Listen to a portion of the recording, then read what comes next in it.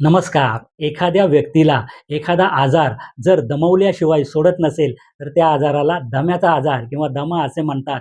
अर्वाचीन वैद्यकशास्त्रानुसार त्यालाच अस्थमा असे म्हणतात. दम्याचे अटॅक्स हे मुख्यतः रात्रीच्या वेळेस येत असतात किंवा अंधाऱ्या खोलीमध्ये दम्याचे वेग अधिक प्रमाणामध्ये येतात. त्यामुळे आयुर्वेदामध्ये याला एक छान संज्ञा दिलेली आहे. दम्याला आयुर्वेदामध्ये तमक श्वास असे म्हटले गेलेले आहे. तमक श्वासामध्ये छातीमध्ये कफ दाटल्यामुळे रुग्णाला श्वास घ्यावयास खूप त्रास होत असतो. तसेच घरघरणे, छातीमध्ये शिटीचा आवाज येणे, तसेच अशा रुग्णाला अत्याधिक प्रमाणामध्ये घाम येत असतो. श्वास घेण्यास प्रचंड प्रमाणामध्ये अडथळा निर्माण झाल्यामुळे असा रुग्ण कासावीस होत असतो. धडधडणे हे लक्षण देखील अशा रुग्णांमध्ये दिसून येत असते. बऱ्याच वेळा श्वास घ्यावयास त्रास होत असल्याने रुग्ण मूर्छित होऊ शकतो किंवा चक्कर देखील अशा व्यक्तीला येऊ शकते.